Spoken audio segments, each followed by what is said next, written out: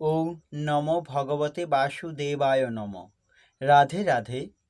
গীতার মূল্যায়নের আজকের ভিডিও, শান্তি পাওয়ার আসল উপায় কি, শ্রীকৃষ্ণের অমর বাণী, পঞ্চম অধ্যায়ে 5 নম্বর শ্লোক থেকে জানব।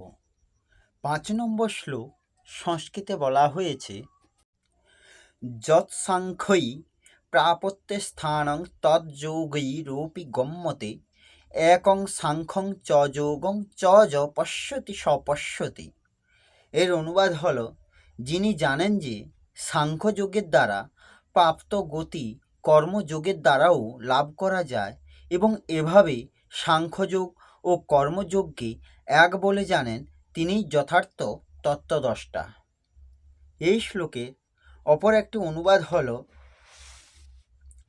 সাংখ্যযোগীদের যে তত্ত্বের প্রাপ্তি হয়, কর্মযোগীদেরও সেই তত্ত্বেরই প্রাপ্তি হয়। সুতরাং যিনি সাংখ্যযোগ এবং কর্মযোগকে ফলরূপে এক দেখেন, তিনিই যথার্থ রূপে দেখেন। এই শ্লোকের তাৎপর্য হল, দার্শনিক গবেষণার যথার্থ উদ্দেশ্য হচ্ছে জীবনের পরম লক্ষ্য সম্বন্ধে অবগত হওয়া। যেহেতু জীবনের পরম লক্ষ্য আত্ম উপলব্ধি, তাই এই দুটি পদ্ধতির মাধ্যমে সিদ্ধান্তে উপনীত হওয়ার মধ্যে কোনো পার্থক্য নেই। সাংখ্য দর্শনের মাধ্যমে আমরা এই সিদ্ধান্তে উপনীত হই যে জীব এই জড়জগতের অংশ নয়, কিন্তু সে পূর্ণ পরমাত্মার অবিচ্ছেদ্য অংশ। তাই চিন্ময় আত্মার এই জড়জগতে কোনো প্রয়োজনই নেই। তার কর্মসমূহ অবশ্যই ভগবানের সঙ্গে সম্বন্ধযুক্ত হওয়া উচিত। যখন সে কৃষ্ণ ভাবনায় ভাবিত হয়ে কর্ম করে, তখন সে যথার্থই তার স্বরূপে অধিষ্ঠিত থাকে। প্রথম পদ্ধতি সাংখ্যযোগের মাধ্যমে মানুষকে জড় বিষয়ের প্রতি নিরাসক্ত হতে হয় এবং কর্মযোগ পদ্ধতির মাধ্যমে মানুষকে কৃষ্ণ ভাবনাময় কর্মে আসক্ত হতে হয়। প্রকৃতপক্ষে দুটি পন্থাই এক, যদিও আপাত দৃষ্টিতে তাদের একটিকে নিরাসক্তি প্রধান ও অন্যটিকে আসক্তি প্রধান বলে মনে হয়।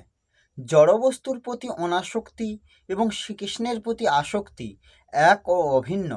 যিনি এটি দর্শন করতে পারেন, তার দর্শনই যথার্থ। এই শ্লোকের ব্যাখ্যা হল, যৎসাংখ্যৈ প্রাপত্যে স্থানং তদ্য গৈরপি গম্যতে। অর্থাৎ পূর্ব শ্লোকের উত্তরার্ধে ভগবান বলেছিলেন যে একটি সাধনে ঠিকভাবে স্থিত হলেই মানুষ দুই সাধনের ফলস্বরূপ একই পরমাত্ম তত্ত্ব প্রাপ্ত করতে পারে।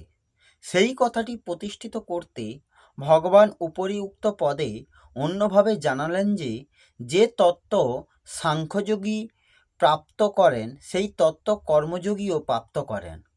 সাধারণত মনে করা হয় যে কর্মযোগের দ্বারা কোনো কল্যাণ হয় না, কল্যাণ কেবল জ্ঞানযোগের দ্বারা হয়। এই ভ্রম দূর করার জন্য এখানে অপি অব্যয় প্রয়োগ করা হয়েছে। সাংখ্যযোগী এবং কর্মযোগী উভয়েরই পরিণামে কর্ম থেকে অর্থাৎ ক্রিয়াশীল প্রকৃতি থেকে সম্বন্ধ বিচ্ছেদ হয়। প্রকৃতি থেকে সম্বন্ধ রহিত হলে দুটি যোগই এক হয়ে যায়। সাধনকালেও সাংখ্যযোগের বিবেক, জড় ও চেতনের সম্পর্কচ্ছেদ কর্মযোগীকে গ্রহণ করতে হয় এবং কর্মযোগের রীতি অর্থাৎ নিজের জন্য কর্ম না করা সাংখ্যযোগীকে গ্রহণ করতে হয়। সাংখ্যযোগের বিবেক প্রকৃতি ও পুরুষের সম্বন্ধ ছেদ করার জন্য হয়, আর কর্মযোগের বিবেক জগতের সেবার জন্য হয়।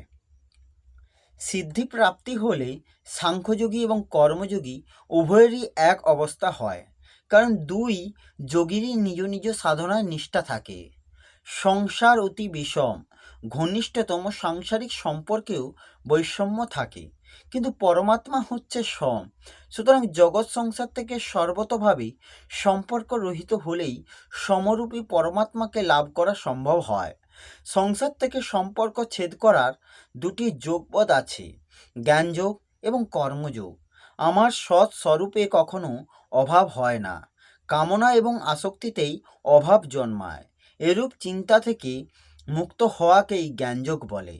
যে সকল পদার্থে সাধকের আসক্তি, সেগুলি অন্যের সেবায় ব্যয় করা এবং যেভাবে ব্যক্তিদের উপর আসক্তি তাদের নিঃস্বার্থভাবে সেবা করা, তাকে বলা হয় কর্মযোগ।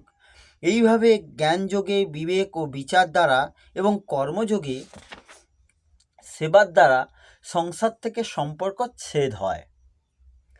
একং সাংখ্যং চ যোগং চ য পশ্যতি সপশ্যতি, অর্থাৎ পূর্ব শ্লোকের পূর্বার্ধে ভগবান ব্যতিরেকে রীতিতে বলেছিলেন যে অল্পবুদ্ধি ব্যক্তিরাই সাংখ্যযোগ এবং কর্মযোগের পৃথক পৃথক পরিণামের কথা বলে থাকে।